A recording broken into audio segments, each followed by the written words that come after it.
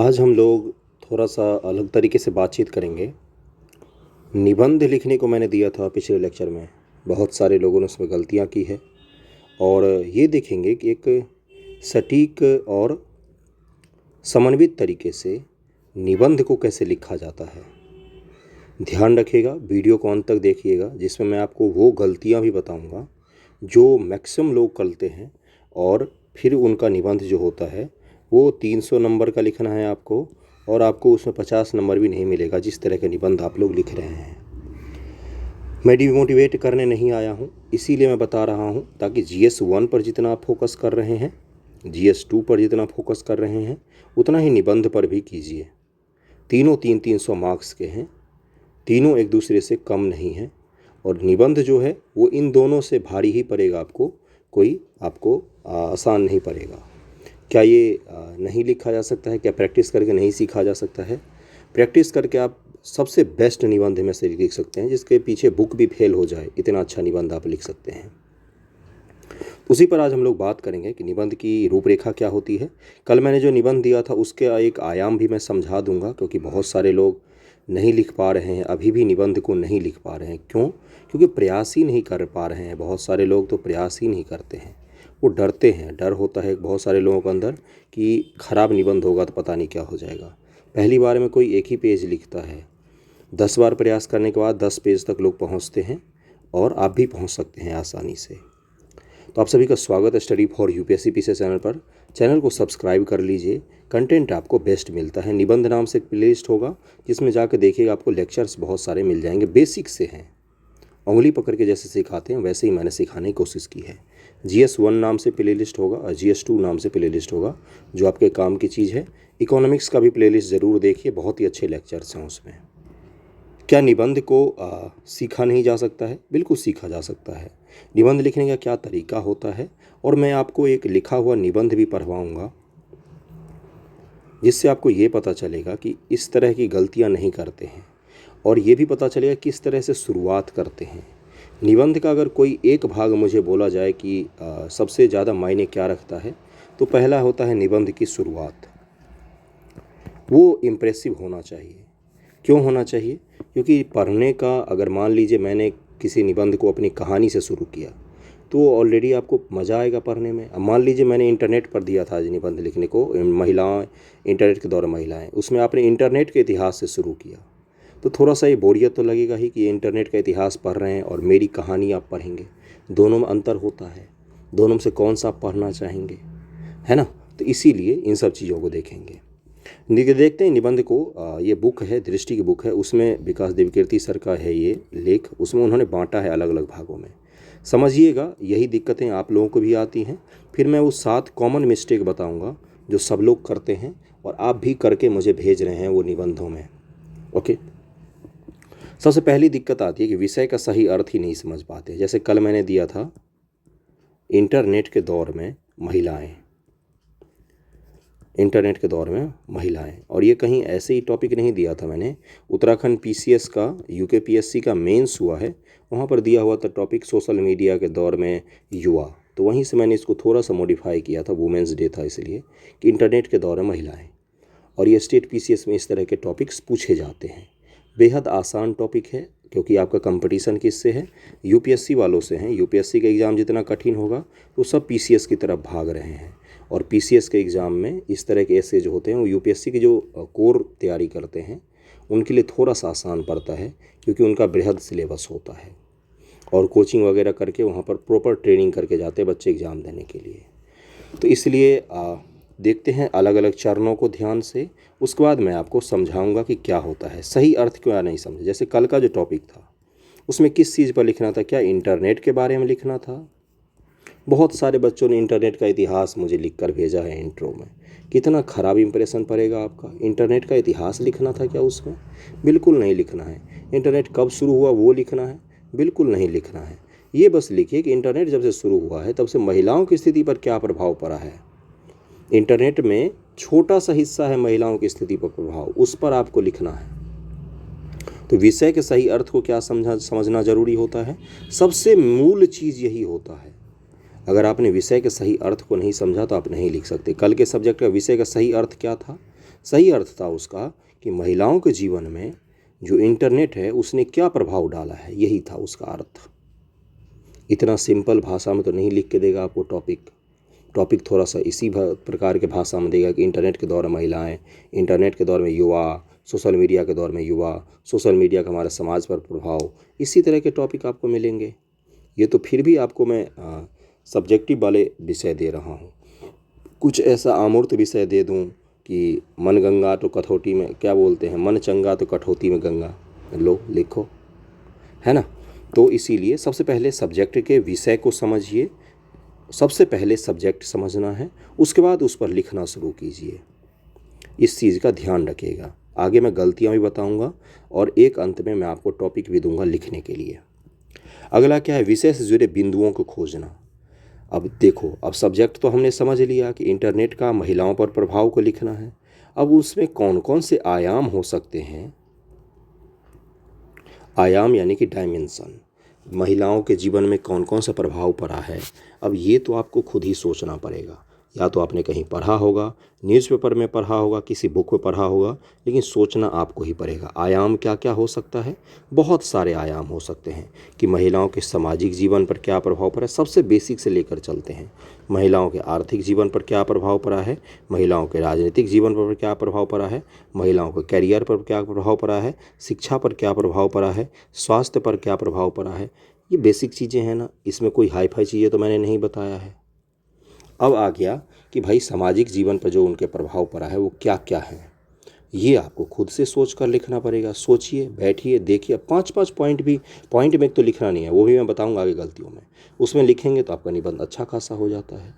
और 100-100 नंबर के 3 निबंध लिखना एग्ज़ाम में बहुत मुश्किल होगा। अभी से आप लोगों को डिमोटिवेट नहीं कर रहा हूँ, सच्चाई से वाकिफ़ करा रहा हूँ, ताकि स्टेटस लगाने वाले एस्पिरेंट ना बने आप, कि जो फेसबुक और व्हाट्सएप पर दिन भर लोगों को बताते रहते हैं, हर बात पे बताते हैं कि मैं यूपीएससी या बीपीएससी की तैयारी कर रहा हूँ।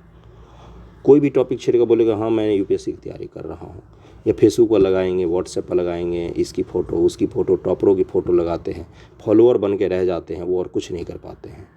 तो वैसा मत बनिए। सब्जेक्ट को और परीक्षा के डीप थोड़ा सा जाइए, समझने की कोशिश कीजिए कि कहाँ तक लेवल है, उसके बाद उसकी तैयारी कीजिए तो आपको अच्छा लगेगा, है ना। तो अब आप जब इसको लिख लेंगे कि किसी भी आयाम का, जैसे मैंने शिक्षा लिया, महिलाओं के शिक्षा पर क्या प्रभाव पड़ा है, सबसे बड़ा प्रभाव क्या है, आप तक जो मैं पहुंच पा रहा हूं वही तो है इंटरनेट का प्रभाव। इंटरनेट के कारण ही तो मैं, आप मुझे जानते हैं, और शक्ल तक नहीं देखा है आपने, तो सिर्फ एक आवाज़ को जानते हैं, है ना। तो ये इंटरनेट के कारण ही संभव हो पाया है कि आप किचन में खाना बनाते बनाते वीडियोस देख के सीख जाते हैं, लिखना सीख जाते हैं, पढ़ना सीख जाते हैं, बोलना सीख जाते हैं। ये क्या है, ये इंटरनेट का ही तो प्रभाव है।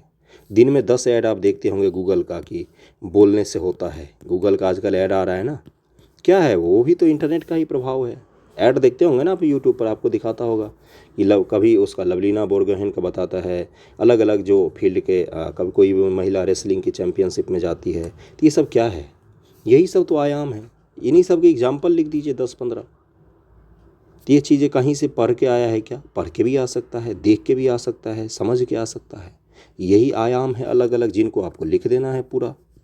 इनको सेंटेंस में ढालिए और लिखिए। अब सेंटेंस बनाना नहीं आता, फिर तो आपको बिल्कुल बेसिक से जाना पड़ेगा, क्योंकि ग्रेजुएशन में बच्चे वो पढ़ के पास हो जाते हैं नोट्स वगैरह, तो इसीलिए उनको दिक्कतें आती हैं। सेंटेंस बनाना तो आपको आना ही चाहिए। आपको मैंने दे दिया, जैसे लवलीना बोरगोहेन का नाम दे दिया मैंने, या निखत जरीन का नाम दे दिया, जिसका ऐड आता है कि उन्होंने यूट्यूब से देखकर सीखा या इंटरनेट से देखकर सीखा, या किसी टॉपर का नाम दे दिया मैंने कि उस बच्चे ने इंटरनेट से देखकर टॉप कर लिया यूपीएससी बीपीएससी का एग्ज़ाम, है ना। अब आपको उसको सेंटेंस में तो खुद ही ढालना पड़ेगा। समझ पा रहे होंगे जहाँ पर मैं पहुँचाना चाह रहा हूँ वहाँ पर, ओके। धीरे धीरे समझते चलते हैं, आसानी से हो जाएगा, डरना नहीं है।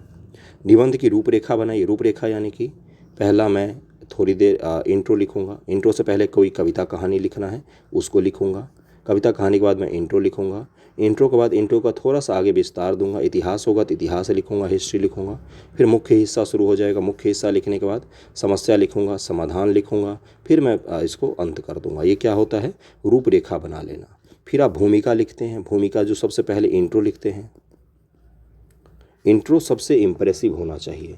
इंट्रो में आप अनुभव डाल सकते हैं, कविता कहानी डाल सकते हैं, कोई पंक्ति डाल सकते हैं।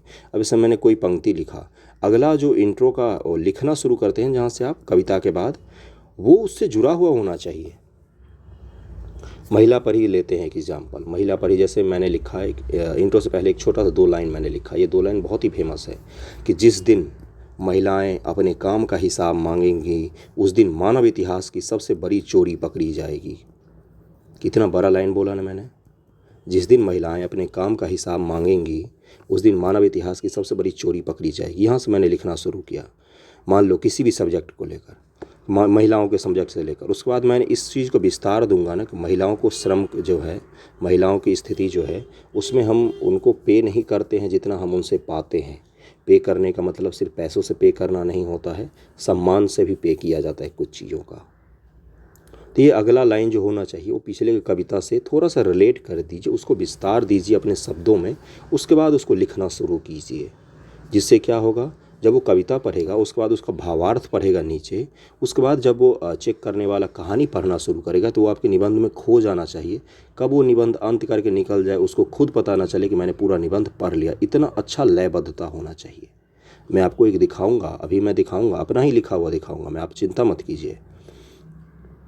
भूमिका लिखने के बाद मुख्य विषय वस्तु के लिखिए, मेन बॉडी को लिखना है। उसके बाद से जो अभी मैंने आयाम बताएं, आयाम ही तो मेन बॉडी है कल के वाले टॉपिक का। आयाम शिक्षा हो सकता है, स्वास्थ्य हो सकता है, समाज हो सकता है, संस्कृति हो सकता है, व्यक्तिगत जीवन हो सकता है, जागरूकता हो सकता है, कैरियर हो सकता है, तमाम तरह की चीज़ें आयाम हो सकती है इंटरनेट के प्रभाव पर। उनको लिखिए सेंटेंस बना बना कर कि शिक्षा में ये क्रांति आती है। अब किसी भी बच्चे ने ये नहीं लिखा था कल कि शुरू करते, मान लो किसी बच्चे ने शुरू किया होता कि मैं बीपीएससी की तैयारी करता या करती हूँ, जो मेरी बहन तैयारी करती है। लड़के जैसे लिखेंगे तो बोलेंगे मेरी बहन बीपीएससी की तैयारी करती है, यूपीएससी की तैयारी करती है। उसने इंटरनेट के माध्यम से बहुत सारे तमाम सारे मदद मिले उसको। पहले ये चीज़ संभव नहीं था, आज संभव है कि दूर किसी दरभंगा गाँव में बैठे हुए, दूर किसी मोतिहारी के गाँव में बैठे हुए, दूर कहीं पर किशनगंज में बैठे हुए वो लोग सोच सकते हैं कि तैयारी करने की। क्यों सोच सकते हैं? इंटरनेट के माध्यम से ही सोच सकते हैं। गाइडेंस भी ले सकते हैं, सिलेबस भी ले सकते हैं, मोटिवेशनल भी ले सकते हैं, क्योंकि वीडियो तो तमाम मिलते हैं। तो ये किसी ने भी अपना अनुभव नहीं लिखा था कल के ऐसे में। क्यों नहीं लिखा आपने? इसी को क्या बोला जाता है, लेखन शैली आपको सोच सोच के लिख लिख के डेवलप हो जाएगा। मुख्य विषय लिखने के बाद निष्कर्ष लिखिए, निबंध का पुनरीक्षण कीजिए और उसके बाद से निबंध समाप्त हो जाता है। ओके, ये स्टेप होते हैं। इस स्टेप को अगर आप फॉलो करना चाहें तो ज़रूर कीजिए फॉलो इसको, शुरू से अंत तक इसको कीजिए और लिखते रहिए। लिखते रहने से क्या होता है, जैसे आप 300 नंबर का निबंध है तो हफ्ते में कम से कम 5 निबंध तो ज़रूर लिखने का कोशिश कीजिए। 5 निबंध मिनिमम लिखिए। चेक कराने की अगर कोई दिक्कत है आपको तो आप मुझे भेज सकते हैं, मैं तो चेक करता ही हूँ। ओके, अगले आप मैं दिखाता हूँ, कल का आयाम मैं दिखा देता हूँ। उसके बाद मैं कुछ समस्याएं आपको बताऊँगा जो निबंध लिखने में आप लोग गलतियाँ करते हैं। उसके बाद हम लोग कहाँ पर चलेंगे, एक निबंध पढ़वा दूंगा मैं आपको, थोड़ा सा ही पढ़वाऊँगा, उसके बाद वो समाप्त हो जाएगा आज का वीडियो। ओके, वीडियो को अंत तक ज़रूर देखिएगा और शेयर कर दीजिएगा जहाँ भी हो सके। एक बच्चे ने कॉमेंट किया था कि बहुत ढूंढने के बाद आपका चैनल मिला है। मैं समझ सकता हूँ, छोटा चैनल है अभी, तो शेयर कर दीजिएंगे तो कुछ लोगों को मदद मिल जाएगा। जो लोग गांव में रहकर तैयारी करते हैं या जिनके पास संसाधन नहीं है, कोचिंग में पढ़ते हैं, लाइब्रेरी में पढ़ते हैं, वहाँ पर बताना चाहिए आपको कुछ लोगों को। चलिए देखते हैं कल का ऐसे जैसे है, इंटरनेट के दौर में महिलाएं, यही तो था ना, आसान सा टॉपिक है। सबसे पहले आप क्या लिखेंगे, इंट्रो लिखेंगे। कथन, कविता, अनुभव, कुछ भी आप लिख सकते हैं यहाँ पर। जो कथन लिखेंगे, कविता लिखेंगे, अनुभव लिखेंगे, अगला पैरा जो होना चाहिए वो इससे रिलेट किया हुआ होना चाहिए। इंट्रो का विस्तार देंगे, उसी से शुरुआत करेंगे। जैसे कोई भी, जैसे अभी मैंने एग्जांपल दिया कि महिलाएं जिस दिन अपने काम का हिसाब मांगेंगी मानव इतिहास की सबसे बड़ी चोरी पकड़ी जाएगी। 2 लाइन है ये, या इसके जगह कुछ भी आप लिख सकते हैं, एनीथिंग। या मान लो ये पंक्ति नहीं भी लिखी आपने, आप अपना अनुभव लिख दीजिए कि जब से इंटरनेट का मैंने उपयोग समझा है मेरे जीवन में ये परिवर्तन आए हैं। सोशल मीडिया से लेकर शिक्षा के दृष्टिकोण से लेकर इंटरटेनमेंट के दृष्टिकोण से लेकर हर चीज़ को आप अलग अलग कैटेगराइज कर सकते हैं। वहीं से शुरुआत कीजिए, उसको फिर थोड़ा सा विस्तार दीजिए, उसके बाद मुख्य हिस्सा पर आ जाना है। उसके बाद क्या लिखना है, क्या है, कैसे है, क्या है, आयाम क्या क्या हो सकता है। आयाम आपने जैसे बीच में आयाम एक बना दिया, आयाम बना के मैंने क्या बोला, शिक्षा, स्वास्थ्य, समाज, ये वो सो फलाना ठिकाना सब बना दिया चारों तरफ। उसके बाद एक एक पॉइंट करके पकड़ पकड़ के, पॉइंट में नहीं पैरा में इसको लिखना शुरू कर दिया, है ना। उसके बाद ये शुरू हो जाएगा। फिर आयाम को आप विस्तार देंगे। आयाम लिख लिया। अब जैसे शिक्षा एक आयाम आपने बनाया, आयाम मैं बोल रहा हूँ डायमेंशन, अंग्रेजी में डायमेंशंस बोलते हैं। शिक्षा बनाएंगे तो शिक्षा से संबंधित जो जो सुधार आपने अपने जीवन में देखे हैं, समाज में देखे हैं, आस पड़ोस में देखे हैं, न्यूज़पेपर में कहीं पढ़ा है, बुक में कहीं पढ़ा है, उसको ज़रूर लिखिए। हाँ, एक जगह ये भी लिखिएगा, एक बच्चे ने बहुत ही अच्छा लिखा था कि इंटरनेट कितने % पुरुष यूज करते हैं, कितनी % महिलाएं यूज करती हैं, महिलाएं किन किन चीज़ों के लिए यूज करती हैं, किन किन चीज़ों के लिए पुरुष यूज करते हैं। इन सब का अगर सोच के या सर्च करके कहीं से डेटा मिलता है आपको तो उसको ज़रूर मेंशन कीजिए। और एक चीज़, फैक्ट्स, डेटा, इतना % महिलाओं को रोज़गार मिलता है, इतना % महिलाएं रोज़गार के लिए वापस जा पाती हैं, इतना % महिलाओं को शिक्षा मिल पा रहा है, इतना % महिलाएं इंटरनेट का यूज़ कर रही हैं, इतना % महिलाएं इंटरनेट रूप साक्षर हैं। तो इन सब चीज़ों को आप परसेंटेज में या डेटा में या फैक्ट्स में लिखेंगे तो थोड़ा सा और इम्प्रेशन बढ़ता है। मैं एक बेस्ट निबंध की बात कर रहा हूँ आप लोगों से। अब जैसे शिक्षा लिखा, इसमें आपने बहुत सारा कुछ लिख दिया। एग्जाम्पल ज़रूर देखिए, किसी व्यक्ति का नाम आप जानते होंगे, किसी टॉपर का नाम लिख सकते हैं, किसी ऐसे जिसका आपने सुना हो, न्यूज़पेपर पढ़ा हो, कहीं भी पढ़ा हो, उसके बारे में लिख सकते हैं। अब जैसे स्वास्थ्य है, महिलाओं के स्वास्थ्य संबंधित क्या आया है, इंटरनेट के विस्तार से उनको क्या मदद मिला है, जो जागरूकता बढ़ी है, साफ़ सफाई को लेकर बढ़ी हो, या सैनिटरी पैड को लेकर बढ़ी हो, या एक हिचक टूटा हो, या गर्भधारण संबंधी जो चीज़ें हैं उसको लेकर जब उनको इंटरनेट पर पता चला हो, तो इन सब चीज़ों के बारे में थोड़ा सा लिख सकते हैं आप कि क्या क्या उनके स्वास्थ्य पर क्या असर पड़ा है। न्यूट्रिशन क्या होता है ये उनको पता चला हो कि दाल भात चोखा खाना ये न्यूट्रिशन नहीं होता है, अलग अलग चीज़ें आपको खानी पड़ती हैं शरीर को स्वस्थ रखने के लिए। रक्त अल्पता से पीड़ित महिला हो तो घरेलू क्या मदद कर सकते हैं, घरेलू नुस्खे कौन से हो सकते हैं, या डॉक्टर से कंसल्ट करना हो ऑनलाइन, या नहीं बता सकते हैं क्लिनिक पर जाके सारी समस्याएं अपने, तो फ़ोन के थ्रू बता सकते हैं, इंटरनेट के थ्रू बता सकते हैं, वीडियो कॉल पर डॉक्टर उपलब्ध हैं। ये सब क्या है, ये सब स्वास्थ्य संबंधी उनके सुधार आए हैं, इसको आप लिख सकते हैं। पारिवारिक चीज़ों पर आप लिख सकते हैं कि उनके परिवार का क्या आयाम प्रवाह है। थोड़ा सा ग्लोबल हुआ है आजकल का भारत का परिवार, इंटरनेट से चीज़ें सीख सीख कर लोग घरों में अप्लाई करते हैं। पॉजिटिव निगेटिव दोनों इसके अप्रोच हो सकते हैं कि पॉजिटिव इफेक्ट भी पड़ा है परिवार पर और निगेटिव इफेक्ट भी पड़ा है। समाज के परिदृश्य में लिख सकते हैं कि समाज में रूढ़िवादिता को तोड़ने में एक थोड़ी सी मदद मिली है, रूढ़िवादिता को तोड़ने में थोड़ी सी मदद मिली है। और समाज में ये भी लिख सकते हैं कि बहुत सारे डेटिंग और वो जो ऐप आते हैं मैरिज वाले, भारत मैट्रिमोनियल वगैरह वगैरह, इससे जाति व्यवस्था और अपने पसंद के लोगों से शादी विवाह करना, इन सब चीज़ों को भी थोड़ा सा बढ़ावा मिला है, जिससे समाज जो है उसमें रूढ़िवादिता की थोड़ी सी कमी आई है। महिलाएं अपने चॉइस को थोड़ा सा ज़्यादा प्रेफर कर पाती हैं। आयाम समझ में आ रहा होगा जो मैं बोल रहा हूँ। अब इनको शब्दों में और सेंटेंस में ढालना आपको आना चाहिए, इतना मुझे उम्मीद करना चाहिए आप लोगों से, इससे बेसिक नहीं जाना चाहिए। और कब तक आप प्रयास ही करते के रहेंगे ये मुझे बताइए। अभी भी मैं बहुत सारे लोगों को बोलता हूँ प्रयास कीजिए लिखने का, कब तक आप प्रयास करते रहेंगे। 12 फरवरी को आपका एग्ज़ाम हुआ था, 12 मार्च आने वाला है, 1 महीने में अगर आपने एक भी निबंध नहीं लिखा है तो सोच ही सकते हैं कितना ज़्यादा डेडिकेशन है आपके अंदर। या आपने लिखा है तो बहुत ही अच्छी चीज़ है, और लिखिए। उसके बाद से कैरियर से संबंधित बता सकते, अभी मैंने हज़ारों एग्जाम्पल बताया, गूगल का ऐड आता है ना, बोलने से होता है, उसमें से हज़ारों एग्जाम्पल ले सकते हैं। सर्च कीजिए कि इंटरनेट के माध्यम से कितनी महिलाओं ने क्या कैरियर बनाया है, कौन कौन वर्क फ्रॉम होम कर रही हैं, हज़ारों एग्जाम्पल दे सकते हैं। बैठ के बस सोचना है, सोचिए कि कैरियर पर क्या इफेक्ट पड़ा है महिलाओं का। शिक्षा और कैरियर जो होते हैं ये जुड़े हुए होते हैं। घर बैठे बैठे काम कर सकती हैं, दूरस्थ की चीज़ों को सीख सकती हैं, वहाँ पर अपने कैरियर आजमा सकती हैं। सिर्फ पढ़ाई लिखाई से संबंधित कैरियर ही नहीं हो सकता, स्पोर्ट और अलग अलग आयाम जो होते हैं कैरियर के, उसमें भी ट्राई कर सकती हैं। कोई आर्ट हो, म्यूजिक हो, संगीत हो, गाना हो, डांस हो, सब कुछ बता दीजिए। रील्स इतने देखते हैं दिन भर में, एक एग्जाम्पल नहीं दिया किसी ने कि कितनी महिलाएँ फेमस हुई है, क्या हुआ है क्या नहीं। चलिए आ गए हैं जागरूकता। जागरूकता तो बढ़ा ही है। जागरूकता किस चीज़ को लेकर, स्वास्थ्य को लेकर बढ़ा है, रूढ़िवादिता को लेकर बना है, अपने अधिकारों को लेकर जागरूक हुई हैं। मी टू एक अभियान चला था, #MeToo याद होगा कि मीटू में क्या था कि जिनके साथ शोषण हुआ है उन लोगों ने खुलकर बातचीत की थी। ये भी तो एक जागरूकता का ही अभियान था कि अगर आपके साथ शोषण हुआ है तो आप खुलकर बात कीजिए। तो ये सब जागरूकता का अभियानों को भी लिखिए थोड़ा सा। रूढ़िवादिता मैंने बता ही दिया है, इसके अलावा भी कोई आयाम अगर आप सोच पा रहे हैं तो उसको भी विस्तार दीजिए और लिखिए। अब जैसे मैंने सारा आयाम लिख लिया, उसके बाद हमें क्या लिखना है, अब इंटरनेट के कारण कौन कौन सी समस्याएं आ रही हैं। जैसे समस्याओं में आप लिख सकते हैं प्राइवेसी की समस्याएं, महिलाओं के फ़ोटो लेकर उसके गलत यूज़ किया जा सकता है, उनका डेटा चुराया जा सकता है, विभिन्न तरह से मैनिपुलेट किया जा सकता है, ठगी का शिकार हो सकते हैं, उनका शोषण हो सकता है, ऑनलाइन ब्लैकमेलिंग हो सकता है, पोर्नोग्राफी हो सकता है, पोर्नोग्राफी की लत लग सकती है, या पोर्नोग्राफी के कंटेंट जो हैं उनके द्वारा उनको ब्लैकमेलिंग किया जा सकता है, जिसमें डीप फेक जैसे टेक्नोलॉजी का यूज़ किया जाता है, किसी के चेहरे पर किसी का चेहरा लगा देना पता भी नहीं चलता है, वॉइस मैनिपुलेट किया जाता है, फ़ोटो मैनिपुलेट किया जाता है, वीडियो होता है। इसके अलावा भी और भी समस्याएँ हो सकती हैं जिसको आपको लिखना चाहिए। किसी ने भी नहीं लिखा था ये सब समस्याओं के बारे में। समाप्त करने से पहले सभी आयाम को कंप्लीट कर दीजिए, उसके बाद से इसको समाप्त कर दीजिए। समाप्त करते समय हमेशा ध्यान रखिएगा इंटरनेट की बुराई नहीं करना है, पॉजिटिव अप्रोच के साथ समाप्त कीजिए कि इंटरनेट जो है वो आने वाले समय में और क्रांति पैदा करेगा, समाज से जो महिलाओं से संबंधित रूढ़िवादिता है उसको भी कहीं ना कहीं तोड़ने में मदद करेगा। तो ये पूरा आयाम मैंने आपको समझा दिया है, लिखना आपको ही है, लिखने की कोशिश कीजिए। अब मैं चलता हूँ, कुछ गलतियाँ जो आप लोग करते हैं उसको मैं समझा देता हूँ जिससे आपका क्लियर हो जाएगा। उसके बाद आप लोग ये गलतियां कम से कम नहीं करेंगे।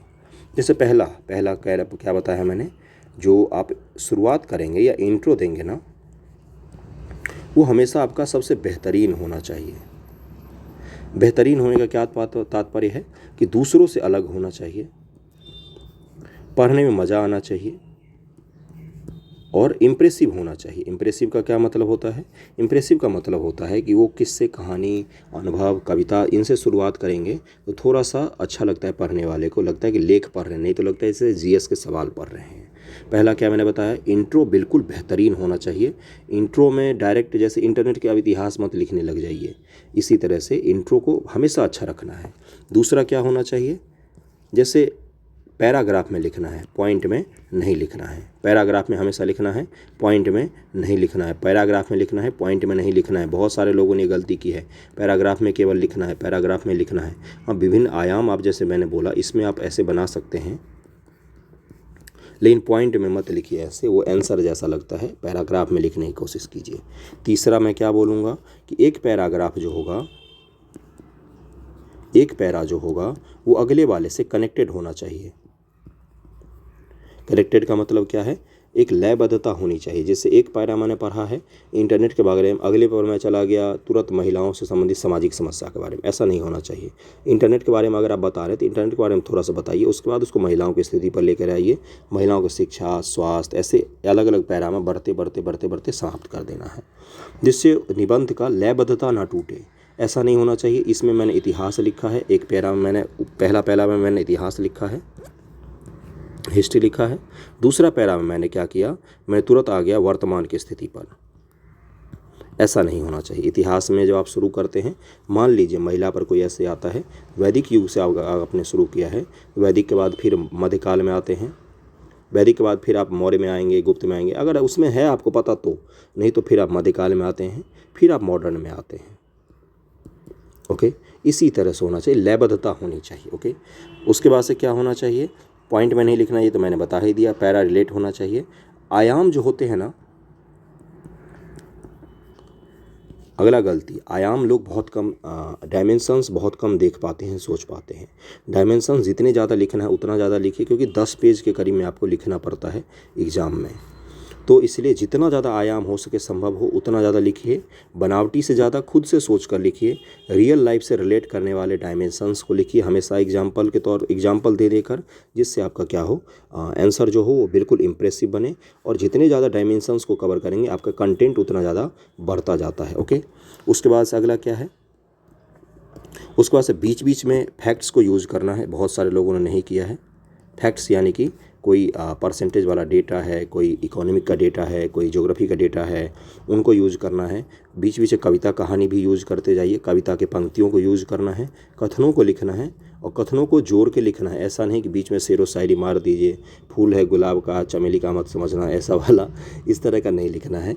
रिलेट करके लिखना है, जिस इशू से पूछा गया उसी इशू से संबंधित करके लिखना है। ओके, अगला क्या है, और बहुत सारे लोगों ने ये गलती की है, जैसे एक बच्चे का था कि उन्होंने इंटरनेट के दौरान महिलाओं पर लिखना शुरू किया, लेकिन इंटरनेट को सबसे ज़्यादा लिखा उन्होंने, उसके बाद से समस्या को ज़्यादा लिखा, लेकिन जो महिलाओं के जीवन में परिवर्तन आया है उसको उन्होंने लिखा ही नहीं। इस ऐसा मत कीजिए। जो भटकना हो बोलते हैं, इसको क्या बोलते हैं?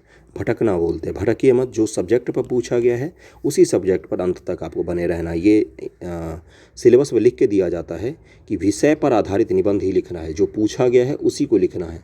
ज़्यादा भी नहीं आयाम में घुस जाना है कि अलग अलग सोच सोच के बिना फालतू की चीज़ें लिखे जा रहे हैं। ऐसा नहीं करना है। ओके, लयबद्धता और भटकना भी नहीं है, ये दोनों चीज़ का ध्यान रखिएगा। बस यही सब वो गलतियां हैं जो सब लोग करते हैं। अब मैं कुछ आपको एक ऐसे पढ़वा देता हूं, उसके बाद ये वीडियो समाप्त हो जाएगा। ओके, इससे पहले भी मैंने एक वीडियो में ये बताया हुआ है, और कोई सबसे बेस्ट निबंध नहीं है ये। अगर मैं आपको बताऊं, मैं खुद के निबंध को ही बेस्ट नहीं बोलूँगा, क्योंकि इससे अच्छा निबंध मैं लिखता हूँ और किसी दिन लिख के मैं दिखा दूंगा आपको। लेकिन मैं एक लयबद्धता आपको दिखाना चाहता हूँ। लयबद्धता पर ध्यान दीजिएगा। हिंदी इंग्लिश के मिस्टेक पर थोड़ा सा मत जाइएगा। महिला सशक्तिकरण, महिलाओं की समस्या इत्यादि। तो कई लोग बोलेंगे कि महिलाओं पर ही क्यों लिखते हैं। अभी हॉट टॉपिक था 8 मार्च के कारण, इसलिए मैंने दिया है। अगली बार हम किसी और समस्या पर लिखेंगे। 21वीं सदी की सबसे बड़ी विरोधाभासों में से एक यही है कि आज भी हमें महिला सशक्तिकरण जैसे मुद्दों पर लिखना पड़ता है, बोलना पड़ता है, जागरूकता के लिए विभिन्न माध्यमों से प्रचार करवाना पड़ता है। इसका मतलब क्या हुआ? कितना बड़ा विरोधाभास है। हम 2023 में जी रहे हैं, हम 5G में पहुंच गए हैं, लेकिन आज भी हमारे समाज की आधी जो आबादी है उसके सशक्तिकरण की हम लोग बात करते हैं। इतने हजार वर्षों में मानव आज तक उनको सशक्त नहीं कर पाया है। तो ये एक विरोधाभास है, इसको मैंने लिखने की कोशिश की है। समस्त विश्व, चाहे यूरोप हो, अमेरिका हो, भारत हो, चीन हो, अफ्रीका हो, सभी जगह समस्या आज भी वैसा ही है। हाँ, इस समस्या का स्तर और एवं असमानता का पैमाना अलग अलग जरूर है, परंतु समस्या अवश्य है। किसी जगह भी लड़ाई घर से बाहर जाने को लेकर है, तो किसी जगह समान वेतन, तो किसी जगह कानूनी समानता को लेकर संघर्ष जारी है। ये संघर्ष इतना पुराना है जितनी पुरानी हमारी संस्कृति और सभ्यता। इसको ऐसे समझा जा सकता है कि संपूर्ण पृथ्वी पर मानव जीवन को आगे बढ़ाने के लिए पुरुष और स्त्री की समान भागीदारी की आवश्यकता होती है, परंतु फिर भी समय के साथ समाज में, परिवार में धीरे धीरे महिलाओं के ऊपर पुरुष का वर्चस्व स्थापित हो गया। जबकि वास्तविकता तो यह है कि एक बच्चे को पैदा करने के लिए पुरुषों की तुलना में महिलाओं को अधिक संघर्ष करना पड़ता है। इसके बावजूद पुरुष वर्चस्वशाली होता गया और महिलाएं संवेदनशील होती गई। साहित्यकार प्रेमचंद जी ने सही कहा है कि मानव के विकास क्रम में पुरुष अभी भी पिछड़ा हुआ है। जिस दिन वो संपूर्ण विकास प्राप्त कर लेगा, उस दिन वह महिला बन जाएगा। पुरुष के बारे में उन्होंने लिखा है। प्रेमचंद जी ने ये पंक्तियाँ महिलाओं की संवेदनशीलता को लेकर लिखा है। मैंने रिलेट किया ना पीछे वाले कथन को अगले वाले पैरा से। सबसे बड़ा सवाल यही है कि महिला सशक्तिकरण है क्या और इसकी ज़रूरत आखिर पड़ी क्यों। अगर मैं अपने जीवन के अनुभव के आधार पर लिखूं, तो मैंने हमेशा अपनी माँ को रसोई घर में या घर का काम करते देखा है। चाहे दिन कोई भी हो, सोमवार रविवार कोई खास अंतर नहीं होता। गर्मी की छुट्टी या होली की दिवाली की छुट्टी पर भी कोई खास फर्क नहीं पड़ता है। वास्तविकता में होता यह है कि इन दिनों में काम का बोझ और बढ़ जाता है। वर्षा सभी के लिए पकौड़े खाने का समय होता है, तो उसके लिए गर्मी में गैस के सामने रहकर पकौड़े बनाने का समय होता है। आपने भी देखा होगा, बस आपने लिखा नहीं है। अगर मैं सामान्य भाषा में बताऊं तो समाज में, परिवार में, देश में, संपूर्ण विश्व में, हर क्षेत्र में, हर मुद्दे पर, हर समय में महिलाओं को पुरुषों के बराबर का दर्जा देना ही महिला सशक्तिकरण है। सबसे बड़ी बात यह है कि दर्जा देते समय किसी लेकिन, किंतु, परंतु का कोई भी स्थान नहीं होना चाहिए। महिलाओं को ये बताया जाता है कि सोच से सशक्त बनो, कपड़े छोटे पहनने से सशक्त नहीं बना जा सकता। उनको उदाहरण के लिए सरोजनी नायडू, लक्ष्मीबाई, ममता बनर्जी, जयललिता इत्यादि महिलाओं का नाम बताया जाता है। लेकिन हमें यहाँ भी ध्यान देना पड़ेगा कि फिर से आपको अपने पसंद के, समाज के पसंद के सशक्तिकरण प्रदान किया जा रहा है। आपको बोला जाता है कि पढ़ाई लिखाई करो, कपड़ों में क्या लिखा है, लेकिन फिर भी तो आपके लिए कोई डिसीजन ले रहा है। आपको क्या बोल रहा है? पढ़ो, कपड़ों पर मत ध्यान दो। पुरुष को तो कोई नहीं बोलता है। पुरुष को तो बोलता है जो पहनना है पहनो, जो पढ़ना है पढ़ो। यही इस मूल भी चीज़ को मैं समझाने की कोशिश कर रहा हूँ। लेकिन हमें यहाँ ध्यान देना पड़ेगा कि फिर से आपको अपने समाज के पसंद की सशक्तिकरण प्रदान किया जा रहा है, न कि किसी महिला के अपने पसंद की। हर महिला को ये हक है कि वो अपना कपड़ा, अपना रोल मॉडल स्वतंत्रता से चुने। हो सकता है कि वो दीपिका पादुकोण जैसी सशक्तिकरण चाहती हो, साड़ी नहीं बल्कि जीन्स वाली सशक्तिकरण चाहती हो। ये उसको खुद से निर्णय लेना है। सबसे बड़ी सशक्तिकरण ही तो निर्णय लेने की स्वतंत्रता है। इससे बड़ी सशक्तिकरण है कोई? अगर भारतीय इतिहास की बात करें तो वैदिक युग को महिलाओं के लिए स्वर्णिम युग कहा जा सकता है, जहाँ कबीलाई समाज में उन्हें पुरुष के बराबर स्थान मिला। यज्ञ, शिक्षा, यज्ञोपवीत, सभा समिति इत्यादि सभी कर्मों में पुरुषों को बराबर स्थान दिया गया। पुराणों में अर्धांगिनी का स्थान दिया गया है। नियोग प्रथा और बहुपति प्रथा के द्वारा व्यक्तिगत जीवन में भी स्वतंत्रता प्राप्त था उन्हें, परंतु उसके बाद धीरे धीरे उनसे सभी अधिकार छीनते गए। बाद के समय में युद्ध शूद्रों के समान उन्हें भी शिक्षा जैसे मूलभूत अधिकार से वंचित कर दिया गया। पहली ईस्वी में लिखित पुस्तक मनुस्मृति में उन्हें पूर्ण रूपेण पुरुष के अधीन मान लिया गया है। सारे फैक्ट भी आ गए हैं। इसी तरह धीरे धीरे समाज से स्वयंवर, नियोग, स्त्री शिक्षा जैसे प्रचलन समाप्त होते गए और इनके स्थान पर बाल विवाह, पर्दा प्रथा और सती प्रथा का स्थान बनता गया। रूढ़िवादिता और शिक्षा एक साथ निवास नहीं कर सकता। जैसे जैसे शिक्षा की पहुंच कम होती गई, वैसे वैसे रूढ़िवादिता अपना स्थान समाज में बनाने लगी। इसी का परिणाम है कि समाज में महिलाओं का स्थान रसोई घर और बच्चे पैदा करने तक सिमट कर रह गया था। पूर्व मध्यकाल से लेकर स्वतंत्रता आंदोलन के शुरुआती दिनों तो महिलाओं की स्थिति कदाचित यही रही थी, परंतु आंदोलन में महिलाओं ने बराबरी से भागीदारी निभाई, पूर्ण रूपेण साबित कर दिया कि हम आपके बराबरी में बैठने की योग्यता रखते हैं। अनेक नेताओं ने, ज्योतिबा फूले से लेकर पंडित नेहरू, डॉक्टर अंबेडकर तक, सभी ने महिलाओं के अधिकार को लेकर सकारात्मक रुख अपनाया और भारत के संविधान में उन्हें उचित स्थान भी मिला है।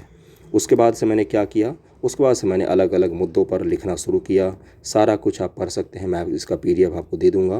PDF अपलोड भी है टेलीग्राम पर, वहाँ से आप पढ़ सकते हैं। सारा कुछ लिखा है, डेटा आधारित लिखा है, लिंगानुपात से लेकर स्वास्थ्य से लेकर सब कुछ लिखा है। तो वीडियो कैसा लगा ये ज़रूर बताइएगा। निबंध लिखने का मैंने एक तरीका भी बताया है आपको। पसंद आया हो तो वीडियो को लाइक ज़रूर कीजिएगा, शेयर कर दीजिएगा, मास्टर पर एहसान कीजिएगा। आजकल के बच्चे एहसान करते हैं, कोई बात नहीं, कटाक्ष कर रहा हूँ। शेयर कीजिएगा वीडियो को, पसंद आए तो लाइक ज़रूर कीजिएगा। कमेंट करके बताइएगा कैसा था निबंध और क्या आपको मदद मिलता है मेरे वीडियो से। थैंक यू सो मच आप सभी का।